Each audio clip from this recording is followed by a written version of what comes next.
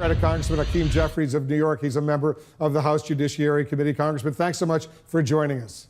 Thanks for having me on, Wolf. Let me begin with your reaction to the president's baseless claim that Robert Mueller and his team are deliberately meddling in the upcoming midterm elections. Is the president, by doing so, or trying to erode public faith in this investigation and, more importantly, in democracy? Well, absolutely. And this has been one of the problems with the Donald Trump presidency from the very beginning. He consistently has faced a choice. He could either act presidential or he can act like a paranoid political opportunist. And time after time, he's continued to do the latter and eroded confidence in all of our democratic institutions just to serve his own petty political interest as far as he sees it. One of the reasons why I think he continues to go down this road is that he has had a failed administration. They failed on health care, tried to take away health insurance from 23 million Americans, imposed an age tax on people over the age of 50, and strip away protections against discrimination based on pre-existing conditions. He's failed on infrastructure, put forth what we call a fake infrastructure plan that would do nothing to repair our nation's bridges, roads, and tunnels. Failed on taxes. 83% of the benefits go to the wealthiest 1%. That's not middle-class tax reform. That doesn't benefit everyday Americans. It's one raw deal after another. The president obviously is running away from his failed record and trying to distract the American people. That's unfortunate. But you have to admit, Congressman, the president has been somewhat effective at swaying public opinion, especially among his Republican base, against Robert Mueller and the Russia investigation. Take a look at this poll, the CNN poll. Among Republicans approve of Mueller's handling of the Russia investigation. 29% among Republicans approved in March. It's now down to 17%. Among independents and Democrats, it's remained basically the same. So at least for Republicans, his strategy seems to be working. Well, he continues to play to his base, but we as Democrats are going to continue to talk about a forward-looking agenda focused on better jobs, better wages, a better future for the American people, what we believe is a better deal as it relates to focusing on good-paying jobs and strong economic growth. But it does, to me, belie reason that Donald Trump continues to convey the Mueller investigation as if it's some partisan political witch hunt. Every single person leading this investigation is a Republican. Bob Mueller, the special counsel, Republican. Rod Rosenstein, the Deputy Attorney General overseeing the investigation at the Department of Justice, a Republican. James Comey, the former FBI Director, Republican. Christopher Wray, the current FBI Director, a Republican. The notion that this is some partisan political witch hunt is just a conspiratorial fantasy being peddled to the American people by an unhinged president at 1600 Pennsylvania Avenue. The president's personal attorney, Rudy Giuliani, the former mayor of New York, admitted that he's trying to undermine Mueller because he believes this is going to come down, when all is said and done, to the court of public opinion. Current Justice Department policy, by the way, says that a sitting president can't be indicted. So do you believe Giuliani has a point when he says this will ultimately be up to you guys in the House and the Senate to decide whether to impeach, and if yes, whether to convict? Well, Rudolph Giuliani continues to embarrass himself. He's a failed former mayor of the great city of New York, and now he's a failed attorney on behalf of the president. Though when you listen to him, he does obviously communicate what is clear to those of us who've been paying attention to the president's strategy around this Russia investigation from the very beginning, which is to discredit, largely to make it an illegitimate investigation, when the cloud of illegitimacy is really hanging over 1600 Pennsylvania Avenue, because many of us in America can't figure out, was this president legitimately elected or not? That's the whole purpose of the investigation that is underway. Now, many of us fought for Jeff Sessions to recuse himself, and he recused himself. We then fought for the appointment of a special counsel.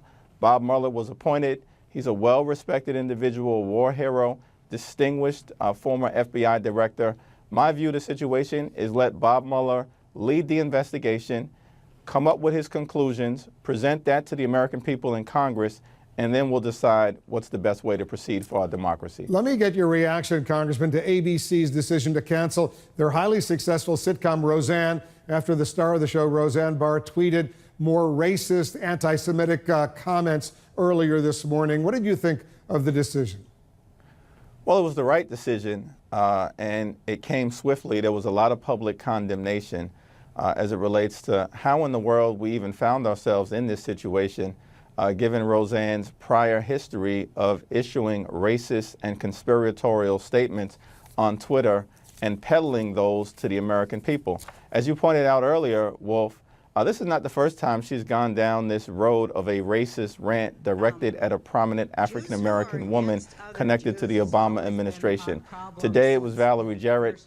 In the past it was Susan Rice, the former National Security Advisor. It's shameful that she was even given an opportunity to again have this platform.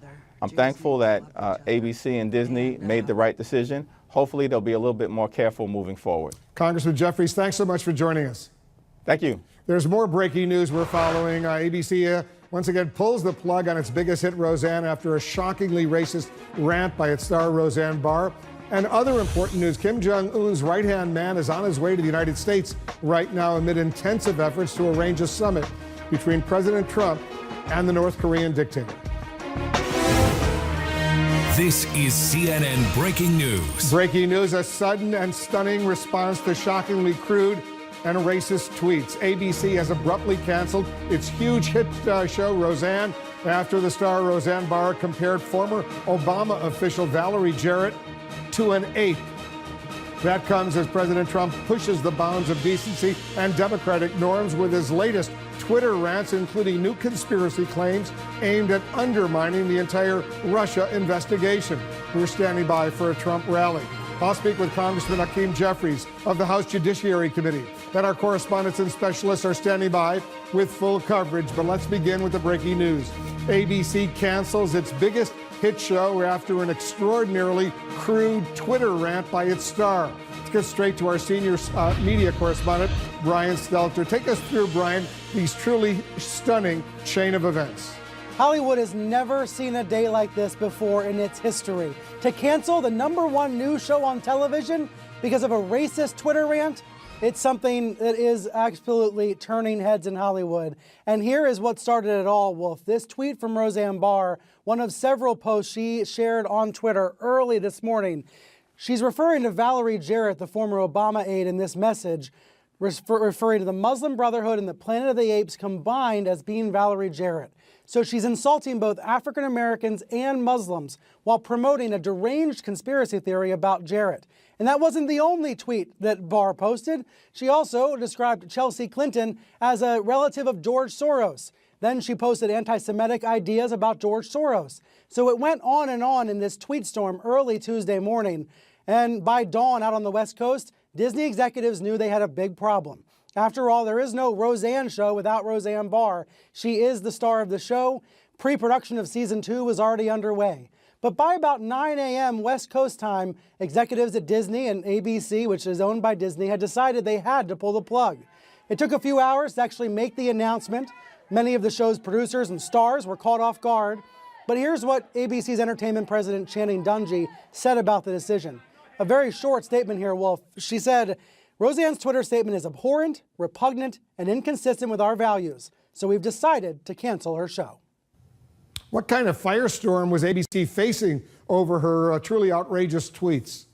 Well, that's an important piece of this. ABC was being accused of enabling and subsidizing Roseanne Barr's racist behavior because her show is one of the key parts of ABC's lineup. Now, Roseanne has always had a controversial Twitter presence. This goes back many years. In fact, she's posted things in the past that have been racist and offensive. But ABC thought she would tamp it down, try to control herself, or they thought her managers and agents would try to help her rein in her tweets and focus on the show. But frankly, Wolf, that didn't happen. Several times now in the past few months, she's posted absolute nonsense on Twitter, kind of BS like she did today. But this was even more egregious than anything she had posted before. So that's why ABC took this action. How big of a hit was the show that ABC has now pulled? Man, it burnt like a firework. the kind of firework network television has not seen in years. When it launched back in March, 18 million viewers watched live, others watched later. It reached a total of 25 million viewers. Not even football games usually reach that big an audience in the U.S. If you launch a new show these days and you get 5 million viewers, that is considered a hit. But Roseanne was off the charts. And even as it cooled down a little bit, the finale was a week or two ago, it still had 10 million viewers live on Tuesday nights. That made it a huge hit for ABC. But what the network did today was put morals over money. It is not something you see corporate America do very often, putting morals over money. In fact, Wolf, there was an episode of Roseanne, a repeat, scheduled to air tonight, but they've yanked it from the schedule. You know, it's interesting because back in 2013, she posted a truly disgusting tweet about Susan Rice, President Obama's national security advisor. I'm not going to read it other than say she made another comparison like she did with Valerie Jarrett, both African-American women, made a comparison of Susan Rice as being an ape as well. There's a lot of history there. It is truly disgusting, which raises the question, Brian, why was she hired in the first place to have a comeback for her career, given this history of disgusting statements and tweets? Yeah, it's like ABC tried to look the other way. You know, they tried to put earmuffs on and pretend like the past was the past and that they weren't going to judge Roseanne based on the past. They were going to give her another chance and see if she could, again, rein it in, try to stop sharing and attacking people on Twitter the way she used to. But Roseanne continued to do it. She continued posting these tweets. And, of course, the subtext now is that we've seen this strain of intolerance in the Trump era that has many people concerned, including many people in corporate America. I think Disney is trying to make a statement here, not just about Roseanne Barr, but about what should be acceptable throughout the entertainment world, throughout the culture, when it comes to racist comments posted online. All right, Brian, thank you. Brian Stelter reporting for us. We're going to have much more on this story coming up a little bit later, but there's other important news. ABC's stunning response to Roseanne Barr's racist tweets comes as President Trump has been unleashing a new Twitter barrage of his own, once again peddling some fake conspiracies about the special counsel's Russia probe. The president is on his way, by the way, to a rally in Nashville, Tennessee. That's where our chief White House correspondent Jim Acosta is right now. So what's behind the latest tweets from the president, Jim? And will they be echoed at the rally Trump later tweeted tonight? Today that he's moving on to topics like North Korea and other important subjects. After he ranted all weekend long about the Russia investigation and immigration, but at this rally here in Nashville, he's likely to go right back to those topics with more misleading statements, as he had over the weekend, misleading the public out there over and over again with tweets that seem to say more about him than anything else. Heading back on the road for more campaigning, President Trump was in no mood to take questions from reporters. But the president's had plenty to say on Twitter. Since the end of last week, he's posted more than 36 tweets, many venting his frustrations about the Russia investigation and spreading unproven conspiracy theories that offer a window into the mind of an angry president. One of the more baffling tweets alleges that special counsel Robert Mueller's team will be, quote, meddling with the midterm elections, especially now that Republicans are taking the lead in the polls. But there's no proof of that. The president appears to be making it all up. But he's peddled this kind of paranoia before, like when he said the 2016 election that he ended up winning would be rigged.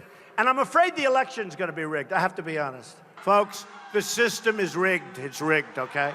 And remember this, it's a rigged election. Happy summer. The president's top aides insist it's his adversaries who have an unhealthy fixation on the Russia probe. So much is happening that has nothing to do with this phony baloney talking about the 2016 election. May I say one thing? Every time people talk about this phony Russia collusion, the word collusion doesn't even have legal significance. Democrats complain it's the White House that's hampering the investigation and that the only solution is for voters to take action in the upcoming midterms. You need to throw the bums out. As long as there's a majority in Congress that is willing to do this president's will, and as long as we have a deeply unethical president, there's only one remedy. In another tweet, the president even managed to make a Memorial Day statement about himself, saying those who died for our great country would be very happy and proud of his record on the economy and his handling of the military, ending the message by saying, nice. The president also tried to get away with spreading misleading information on the issue of immigration, blaming Democrats for separating undocumented immigrant children from their parents once they cross the border into the U.S. But that's not true. Both parties have shaped immigration policies for decades, and it's his administration's decision to divide up immigrant families. The president has said as much himself. We have to break up families. The Democrats gave us that law. It's a horrible thing. We have to break up families. Attorney General Jeff Sessions explained earlier this month the separations will deter more migrant families from crossing the border. If you are smuggling a child, then we will prosecute you. And that child may be separated from you. And the president is here in Nashville to campaign for the Republican Party's Senate candidate in Tennessee, Marsha Blackburn. The fact that the president has to campaign in deep red Tennessee says more about the fact that the Republicans are having jitters right now about how they're going to do in the upcoming midterm elections than Robert Mueller, the Russia investigation, than anything else. Of course, Wolf, they are concerned about every Senate seat that is up for grabs across the country because if the Democrats take control of the Congress, the Russia investigation is likely to continue. Wolf. Good point. All right, Jim Acosta, thank you. Jim Acosta in Tennessee for us joining us now.